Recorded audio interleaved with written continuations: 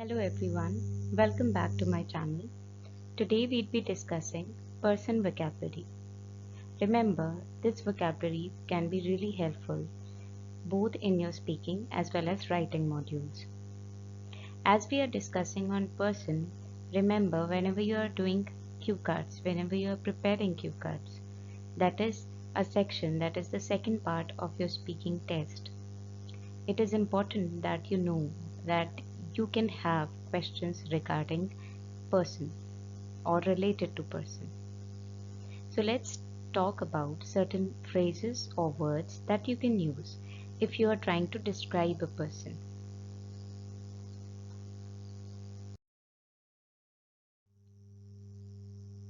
To be the life and soul of the party. Now, this phrase means a fun person, someone who is the center of activity. For example, if you're talking about your friend, you can say that my friend is the life and soul of the party. You can talk about the name of the friend also, you can mention it. You don't have to use that to be verb here. You just have to exclude it and start with the life and soul of the party.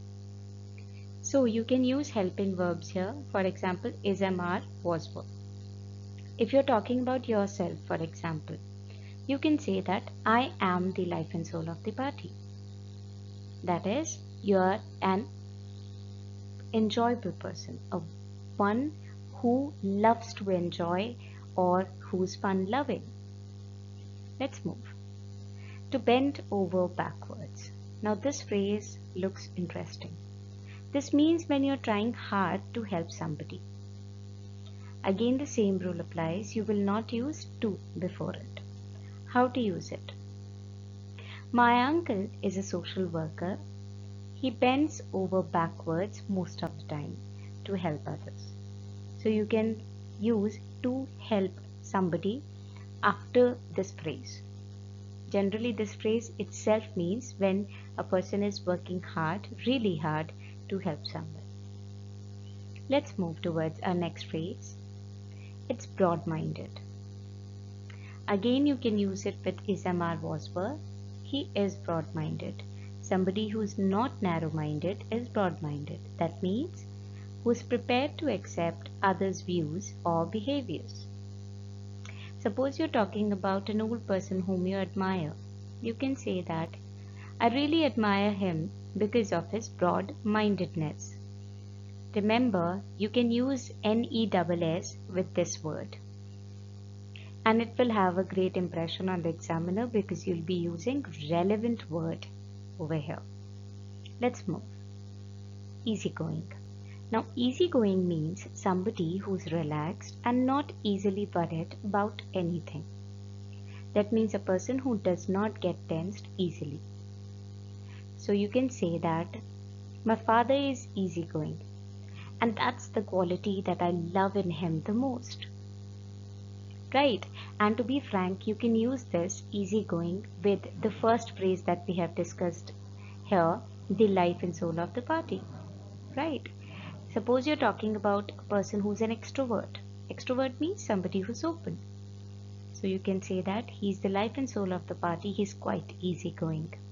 So when you're doing that, please remember, you need to be really good with the tone also, and it should be fluent enough.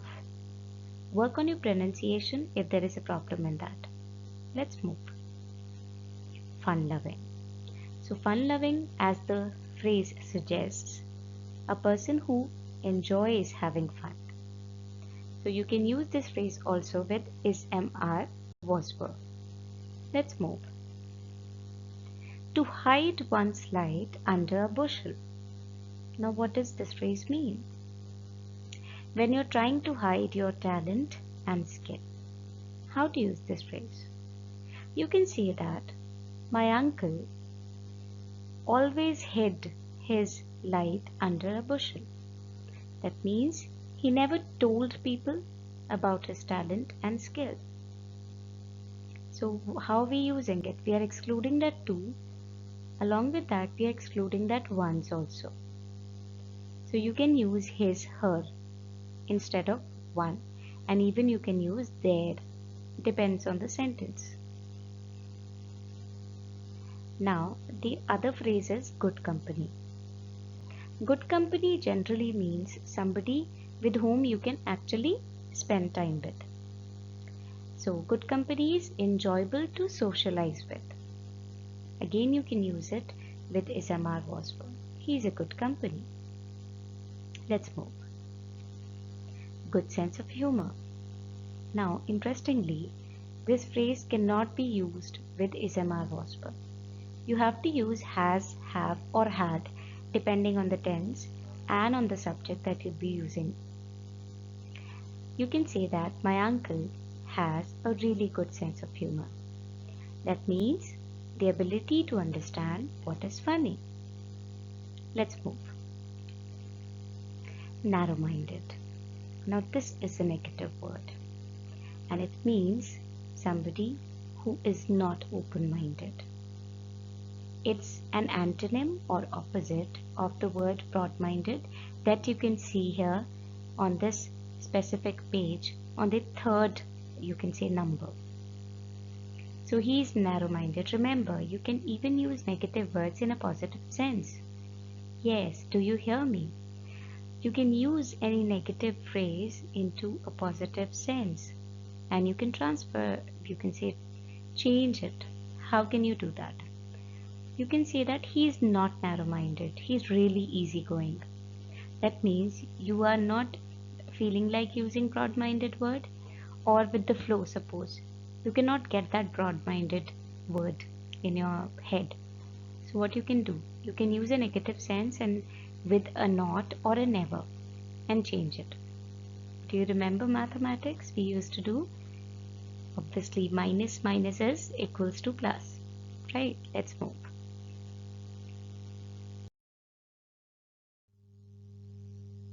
Painfully shy. Now this phrase means somebody who's really shy. This is a better word instead of saying he's very shy. You can use this phrase with you're right, Isamar Wasper. You can say he is painfully shy. That's why he doesn't want to go to parties. He doesn't visit parties. Right. Let's move. To put others first. As the phrase suggests, this is easy to understand, right? To think of others before yourself.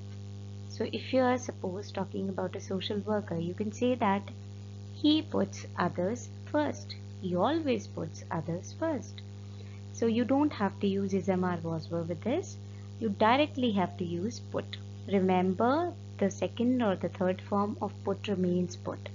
You will not say put it. That's wrong. Let's move. Quick-tempered. Now, what does this phrase mean? Quick-tempered means somebody who becomes angry really quickly. How can you use this phrase? You can use this with Isamar Waswa. For example, he's quick-tempered. That means he gets angry easily.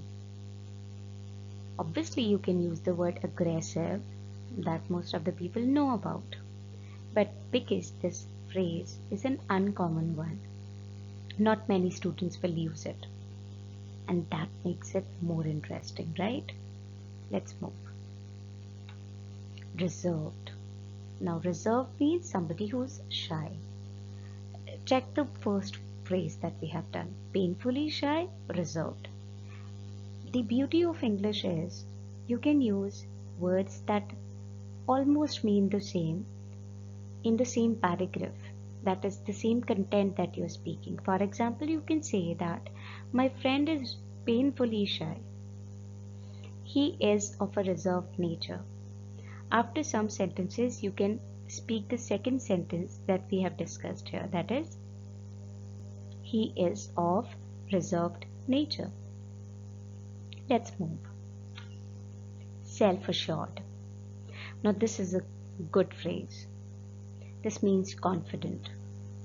You can use this phrase with Isamar Waswa. He is self-assured. What does it mean? He's confident, right? You can use this phrase even as we have discussed in writing as well. Let's move. self-centered. Now this is actually a negative word, negative phrase I would say. Somebody who thinks only of his self. That means selfish.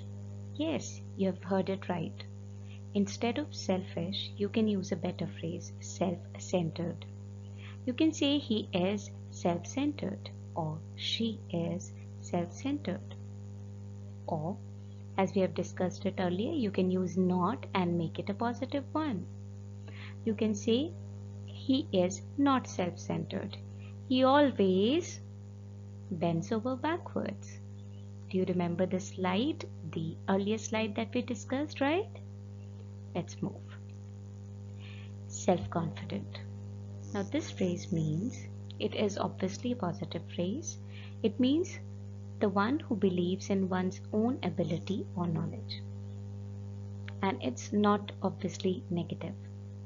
He is self-confident. That's it. You can use it with is, an, is, am, or are, or was, or were. Let's move. Self-effacing. Now what does this phrase means? If you are a student currently of IELTS, you might have seen this phrase coming across in your readings most of the times and sometimes in your listening also. Now effacing means to not try to get the attention of others, especially in terms of hiding one's skills or abilities. Do you remember that phrase, that bushel one? Yes, you got it right. To hide one's light under a bushel. So this phrase is actually a synonym of that phrase. You can use this instead of that one if you find difficulty in using that. How can you use this? You can use is-am-are was were with this. He is self-effacing. That's what makes him really impressive personality. You can say that. Let's move. To take after. Now, this phrase is obviously used for family, right? To be like somebody, or often another member of the family. For example, you want to say that your friend's mother, or you can say that your friend is just like his mother. So you can say that my friend takes after his mother. That means he actually is like his mother. You don't have to use that infinitive to. Do you know to is generally referred to as infinitive in grammar? So you can change the form of take. You can use s. You can actually change it into the verb's second form, took, right? You can even use is-am-are was were and change it into taking, right? Okay. Let's move.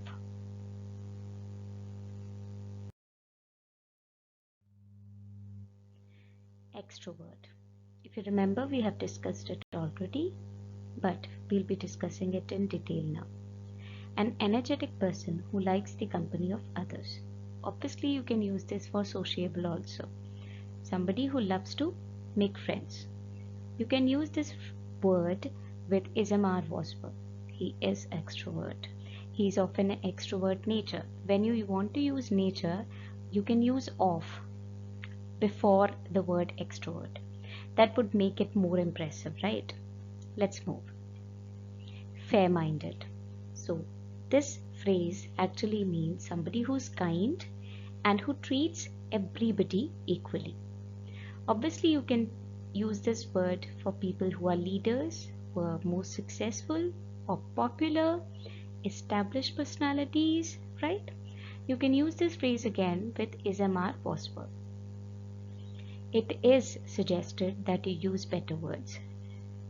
Remember, it would have a great impression over your examiner. Let's move. Trustworthy. Trustworthy means somebody who can be trusted. So obviously you can use this word for anybody on whom you can rely. You can use this word with an is, am, are, or was, or were. He is trustworthy. Or you can say that he was trustworthy, but no longer, he's not actually trustworthy now. So what you're doing, you are trying to change the situation, right? Let's move. Two-faced. What does it mean? That means obviously you have understood it correctly, somebody who has two different faces. Not honest or sincere. So it's just an opposite of the word trustworthy that we have done. Will say one thing to someone to the face and another when they are not present.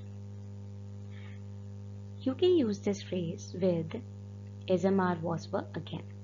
Remember, an important tip.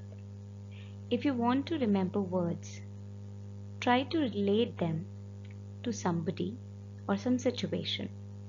It will help you to remember them easily. Let's move. Thick-skinned. So what does it mean? Yes, as the phrase suggests, somebody who does not get easily affected by criticism. Is, am, are or was were can be used before this phrase. You can say he is thick-skinned. So this can be used both in positive as well as in negative sense. Let's move. Introvert. Introvert is a direct opposite or an antonym of extrovert. Introvert means someone who's shy. Do you remember painfully shy, right? Let's move. You can use this word with an is, am, are, was, were. He is introvert. Or you can even say he is an introvert personality, right? That would make it better. Let's move. Laid back. So laid back is a synonym of easygoing.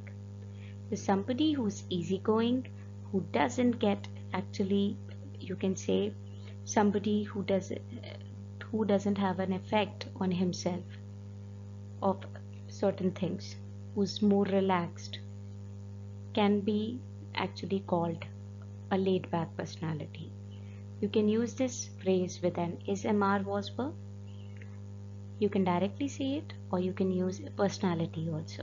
He is a laid back personality. Let's move. To lose one's temper. Do you remember the word aggressive? Yes. To suddenly become angry. What was the word, if you remember, that we have done? Quick-tempered. Yes. So again, we are not supposed to use the to that's given over here. He loses his temper easily. So instead of once, you would use he, she, they, their actually, right? Are you can use, depends on the sentence and the subject actually. You can change the form of lose accordingly. If you want to use it in past, you can say lost even. Had lost, you can say. Let's move.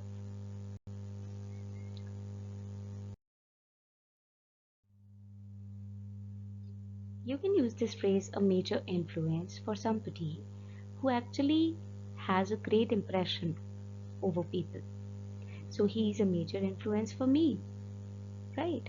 For the whole generation. If you're talking about some politician or a scientist, right? Or a person who did a lot of work, who gave like great contribution to the nation. A good role model. Again, if you're talking about somebody who's influential, he is a good role model. You can use this for celebrities also. Hardworking, patient, and understanding. These words also can be used for personality. A good sense of humor and seems to get on well with everybody. We have done a good sense of humor obviously, but the next phrase that you can see after and, this means that a person who gels well with others, that means who mixes with others easily. So what sort of personality actually mixes with others easily? Obviously an extrovert, right? Let's move. I've inherited some of these traits. Now let's talk about this inherited word. Inherited means an inheritance, a quality that you have just because of your parents or your family, right? Your great grandparents. So if something is there, a quality is there in you, you can say it's an inheritance. The best part about this word is inheritance is also used for things or products. So if you have inherited, suppose, politeness, if you're talking about your grandfather and you're saying that he is extrovert and polite, you can say that I have inherited some of his traits. So traits means qualities. He has always been someone I can turn to for advice. As the whole sentence suggests, you can use this sentence whenever you're talking about somebody to whom you turn to for advice. That means to whom you go for suggestion. Yes, you can talk about your mother, you can talk about your friend, you can talk about your father also, or anybody, anyone. Believe me, it can be anyone, the person can be anyone. Sets a good example by working hard. So, you can use this phrase whenever you're saying that there is a person who works hard and actually influences others. So you can say like this: he sets a good example by working hard. Good. And having a positive outlook on life. So you can even add this phrase with the earlier phrase, working hard one. Or you can say he has a positive outlook on life. Now, what does outlook mean? Perception. The way you look at things. So that's outlook. Always makes time for me. You can obviously use this for your mother or your father or your family, right? And even somebody who's really special, right? So you can say that he always makes time for me directly without using any is, am, I, was, were and all that. Good. Okay. Thank you so much for watching my video. I hope you liked it. Please subscribe to my channel so that you continue to receive important updates. And please comment down below if you want to know, or if you want me to make something interesting. Thank you so much.